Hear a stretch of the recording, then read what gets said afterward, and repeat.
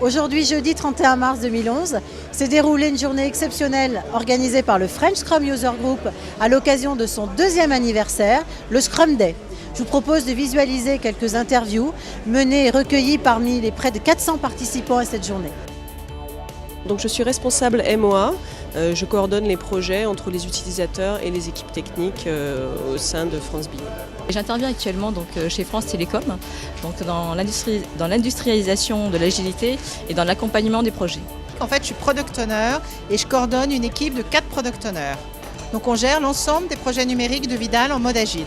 Donc je suis venu effectivement pour découvrir la méthodologie agile, pour voir si ça peut s'appliquer chez nous. Je suis ici aujourd'hui pour voir un petit peu ce que peut me proposer Microsoft dans le monde .NET pour mettre en place les méthodologies agiles. L'idée c'est plutôt de prendre connaissance des bonnes pratiques agiles pour essayer d'apporter, je dirais, des processus de développement plus en phase avec les problématiques d'aujourd'hui. Je viens assister à la conférence pour me documenter un petit peu plus sur le rôle de product owner.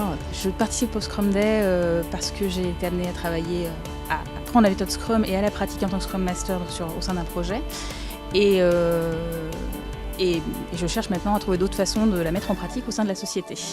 On fait des jeux vidéo et donc c'est un process qui est assez complexe, qui est basé sur l'interactivité et donc les specs changent souvent et c'est très important d'être agile. Donc cette journée est vraiment le moment idéal pour qu'on se pose les bonnes questions.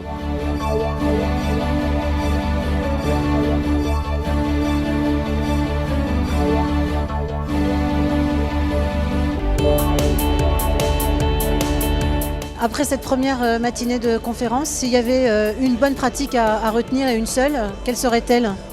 Alors, la bonne pratique à retenir pour moi en premier serait vraiment de remettre au centre les personnes de l'équipe et aussi du coup les clients pour avoir leur feedback. Ça me paraît être vraiment l'aspect le plus important de tout ce que j'ai pu entendre. Scrum, ça s'improvise pas, qu'il faut vraiment bien le préparer, il faut que le client joue le jeu. Et justement, ce matin, j'ai assisté à des séances pour pouvoir appliquer Scrum à des forfaits.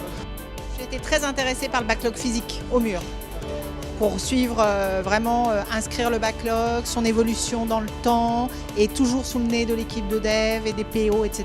Donc l'incarnation physique du backlog, je pense que c'est vraiment à suivre. J'ai été très intéressée par la conférence sur le Scrum Master et son rôle de coach parce que ça fait écho pour moi dans l'organisation générale de l'entreprise pour trouver un moyen en fait d'être un peu l'huile de coude, l'huile pour faire fonctionner le moteur et faire en sorte que toutes les équipes travaillent ensemble. Donc je suis assez novice, donc j'ai apprécié la conférence effectivement sur le rôle de Scrum Master parce que comme c'est nouveau, quels sont les rôles et quelles sont ses fonctions exactement. Alors le point qui était particulièrement intéressant ce matin, à mon avis, c'était la première keynote d'introduction, avec l'exemple dans l'univers du jeu, qui nous a montré beaucoup de pratiques agiles assez poussées, qui sont souvent mises en place dans l'univers anglo-saxon, un peu plus rarement en Europe. Je trouvais que c'était intéressant, qu'on pouvait en tirer beaucoup de choses. Et la deuxième conférence plus intéressante, c'était sur le Scrum Shore, donc l'utilisation des méthodes agiles et Scrum en environnement distribué, où j'ai récupéré beaucoup d'informations qu'on pourrait même utiliser dans les entreprises à forte culture traditionnelle aujourd'hui en France et j'ai trouvé ça particulièrement intéressant. Mais je dirais peut-être oublier d'employer le je, le il, et c'est nous. Là, je sors d'une conférence sur les rétrospectives qu'on appelle des post-mortem dans le jeu vidéo. Rien que le titre, ça évoque beaucoup de choses. Je pense qu'on va changer le nom déjà pour commencer. Et le fait qu'on travaille aussi beaucoup sur l'émotionnel, c'est quelque chose auquel je ne m'attendais pas sur cette conférence. La phrase clé de la journée, enfin de la matinée en tout cas, je pense c'était faire des erreurs, mais très rapidement et à bas prix. Voilà, puisque plus on les fait tôt, et moins ça coûte. Bien qu'une méthode agile ne permet pas de tout résoudre et qu'il faut mélanger les méthodes, s'adapter. Ce serait le coach agile, le Scrum Master. En fait, il doit intervenir au niveau de l'individu, au niveau de l'équipe et au niveau de l'organisation. Pour un déploiement agile réussi, il faut absolument le commitment de l'organisation. Sans le commitment de l'organisation, le coach ne pourra pas réussir à faire ce qu'on lui demande de faire.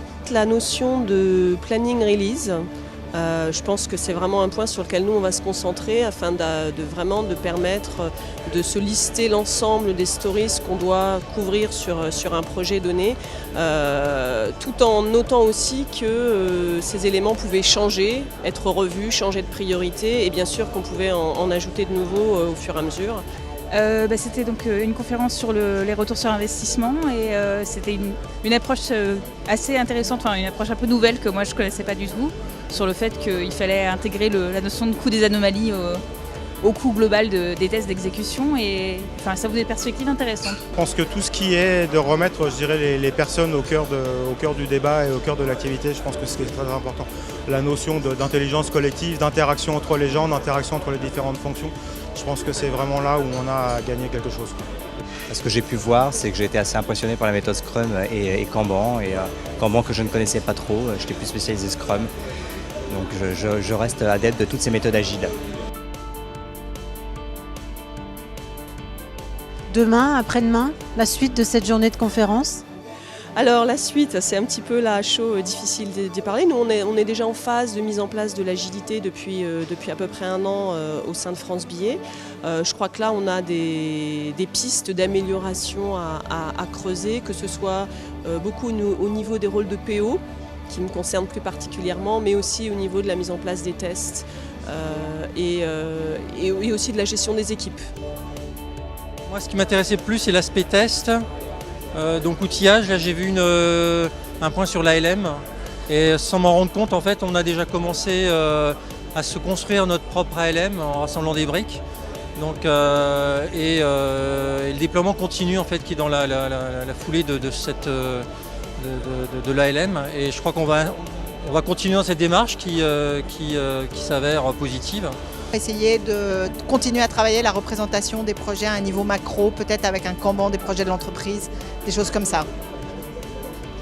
Alors moi je suis arrivée ici en connaissant pas du tout la méthode agile ni la méthode Kanban et ça m'a donné énormément d'idées pour mettre en place du suivi de projet et je pense que je vais commencer dès lundi prochain.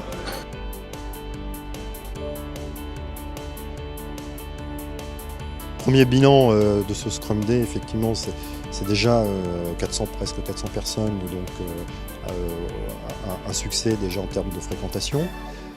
Des premiers retours des keynotes, donc Harvey Wetton de Scrum Alliance et Ken Schwaber donc de Scrum.org, qui ont été très bons dans le sens où ils étaient très pragmatiques, proches des réalités. Et puis une série de sessions, de tracks en parallèle, et surtout aussi des ateliers, donc plein d'ateliers sur les Agile Games, même des coachs de sportifs étaient présents. Donc apparemment une variété des sessions qui a plu, donc un premier retour assez positif. Alors Scrum ou l'agilité, c'est vrai qu'il y a un enthousiasme. Aujourd'hui on voit bien, il y a une affluence, on a eu 500 inscrits et 400 présents, donc on voit bien qu'il y a un fort intérêt pour ce mouvement. C'est bien l'enthousiasme, la passion. L'agilité ou le manifeste agile qui insiste sur l'interaction entre les gens, qui va insister sur un logiciel qui fonctionne, faire le collaborer avec le client. Voilà, ça a l'air d'avoir un écho dans le business aussi, hein. Mais il ne faut pas oublier les pratiques de base, les pratiques d'ingénierie. Surtout pas. Hein. C'est grâce à la maturité sur ces pratiques qu'on dégage du temps pour réfléchir, pour améliorer nos modes de collaboration. En conclusion, les choses ne sont pas peut-être aussi simples qu'on pouvait espérer. Ça vaut le coup, le trajet vaut le coup, donc soyez bien accompagnés pour bénéficier pleinement de ce mouvement. Donc rendez-vous peut-être au Scrum Day de l'année prochaine.